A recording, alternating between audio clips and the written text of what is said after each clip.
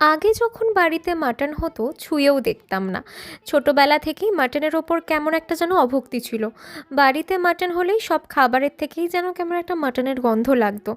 আমার জন্য অন্য কিছু রান্না হলেও মাটনের গন্ধের জন্য সেই খাবারগুলো খেতে পারতাম না। আর কেন যে খেতে পারতাম না সেটার কারণ আমারও অজানা। আমি নিজেও জানি না যে আমি আগে মাটন কেন খেতাম না। একটু বড় হওয়ার পর মানে ওই ৫-৬ বছর আগে একজনের বিয়েতে গিয়ে সেখানে মেনুতে ছিল মাটন।